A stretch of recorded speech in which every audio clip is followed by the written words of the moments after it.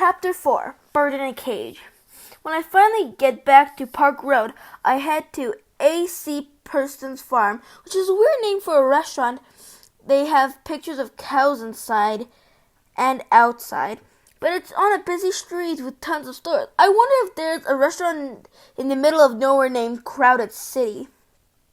My mom is waiting. Where have you been? I've been worried sick, she says, wiping her hands on her apron. I missed the bus. I had to walk. She shakes her head. Sit yourself right down there and start on that homework of yours, she said, nodding to the ward, the end of the counter. The same place I always sit, a place where she can keep an eye on me, she says. Anything you want to tell me? She seems tired. They called you, didn't they? I ask. Yes, I don't know why you would do such a thing. Allie. She sounds sad instead of mad, which is worse, I think. There is a tray full of glass sundae dishes filled with brightly colored ice cream. Strawberry, pistachio, black raspberry, pink, green, and purple. I like the colors next to each other. I wonder what kind of impossible things I can draw of ice cream. Maybe melting rivers of it. And I can draw a man with a cone-shaped head sitting in a banana split dish, rolling with a spoon. Allie, are you listening? Oh, sorry, I mumble, pushing off the floor with my foot to spin on the pedal stool. I just don't know what to say anymore. My mom's boss looks at her over his glass as she drops into a whisper. Just do your homework. We'll talk at home. And please, no spinning on that stool. I'm sorry, I am. I really thought Miss Hall would like that card. How could that be? She says as she picks up the tray of ice cream and moves away. I pull out a book and open it, but the letters squiggle and dance. How are other people able to read letters that move? So instead, I stare at the steaming liquid dripping into a coffee pot and start thinking of steaming volcanoes and dinosaurs standing around drinking coffee, staring up at the giant meteor soaring through the air, commenting on how pretty it is, and I think about how lucky they were that they never had to go to school. I grab a napkin and begin drawing for them for the sketchbook of impossible things. Soon my mom's brown and white checkered apron is in front of me. I look up. I swear it. I didn't know it was a card for dead people. A sympathy card, she says. And it's for the people that miss the person that has died, not for the dead. Well, don't you think the dead person deserves a card more than anyone? And she laughs. She leans her elbow on the counter and lifts her other arm to put her hand on my face. It's warm, and I'm so relieved that she isn't mad at me. You're funny, you know that. Then she pulls over the napkin with the dinosaurs holding coffee cups. What's this? Just an idea I had for the sketchbook of impossible things. She stares at it. Oh, your grandpa knew you were talented, and he'd be so proud of how hard you're working on your art, and he would love that you named your sketchbook after Alice in Wonderland. He had such fun sharing that book with you. She looks up at me, just like he shared it with me when I was young. Alice in Wonderland, a book about living in a world where nothing makes sense, made perfect sense to me. I miss Grandpa, I say, 3 words that hold sadness like a tree holds leaves. Me too, sweetheart. I miss how he'd move from place to place with us whenever Dad got stationed somewhere new or deployed. It's weird to think he doesn't know that we've moved again. She taps the end of my nose. I don't know, sweetheart. I think he knows. Just then voices I recognize come through the glass door. It's Shay and Jessica.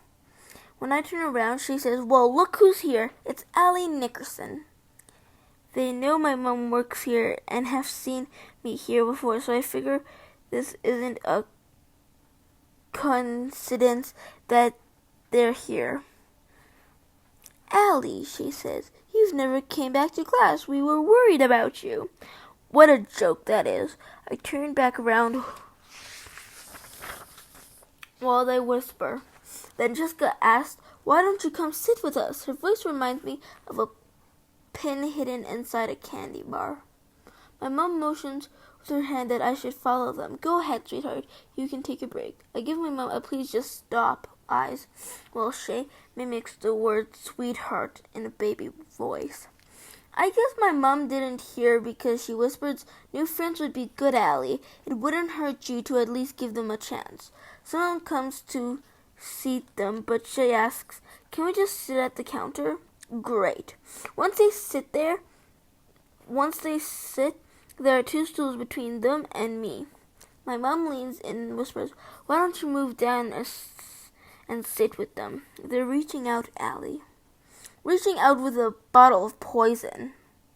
I think back to one of our apartments where the landlords keep llamas in their field. I love them, but Mom said they smelled. I whispered back, it's more likely that you'd buy me my own pet llama than me sit with them. She half smiles. What shall we name the llama? I squint and shake my head. She makes that exasperated sound. So stubborn. She and Jessica stare at us like 2 cats watching birds in a cage. My mom takes her pad out and walks over to them. Hello, girls, what can I get you? Jessica orders strawberry ice cream, but when Shay orders chocolate, Jessica tells my mom, oh, that sounds good. I'll have chocolate instead. I roll my eye. Typical Jessica. As soon as my mom is gone, Shay asks, so Allie, I look over. Why would you give Miss Hall that card? That's really mean. Since there was no good answer to give, I stare at the page in my book. I'll ignore them. I've taken their teasing before. Jessica laughs. Has your mother always been a waitress? No, I blurt out. She used to be an astronaut. They break into laughter, and over near the kitchen, my mom smiles. She thinks I'm bonding with them. My father, Jessica begins, owns his own flower business, she says. She interrupts. Allie, maybe you can be a waitress when you grow up, but can you read the flavor of ice creams for me? I'm having trouble. She points up at the slow-turning cube hanging from the ceiling that lists the flavors on each side. The movement makes it even harder to read. I feel my face get hot. Oh no, do they know I can't read? As they laugh, I remember how I had to read aloud last year when I first got here. I knew I shouldn't have, but some stupid voice in my head that had sometimes says it will be different this time, and I try, and I always fail. That day, I read that macaroni can swim up to 20 miles an hour. It was supposed to be manatee. The class laughed, of course. But so did the teacher. I tried to pretend I had done it on purpose. I get up, walk behind them, around the corner, and into the back room. I'm not supposed to be back there, but it's the only place they can't follow me. I step behind the tall metal shelves with cans, pickles, and ketchup and relish that are bigger than my head. Pushing my back hard against the wall, I see words on everything that surrounds me. Boxes and cans and giant plastic bottles. Words I can never get away from them. I think back to the 2nd grade when my teacher wrote a whole lot of letters down and asked me what they said. I had no idea, but I was used to that. That spells your name. Allie Nickerson. Who knew a 2nd grader couldn't understand what being humiliated feels like? Tears begin to come, but I swallow them because I know I'll be found soon. I worry so much about them, knowing my secret that my stomach feels like I've been kicked in the guts. Allie, my mom asks when she comes around the corner, your friends have gone. What are you doing back here? I can't tell her. Thinking I have friends makes her so happy. Honey? I was shaking the ingredients of the ketchup. Her eyebrows bunch up. She knows something is up, but I walk past her before she asks another question. I walk back to the restaurant with her following and sit next to Shay and Jessica's matching empty dishes. It feels like they should be mean sometimes. It feels like they should be mean something. Like maybe I'm an empty dish compared to everyone else. But mostly those dishes make me feel like this year I will be the worst year I've had so far, and it's really saying something.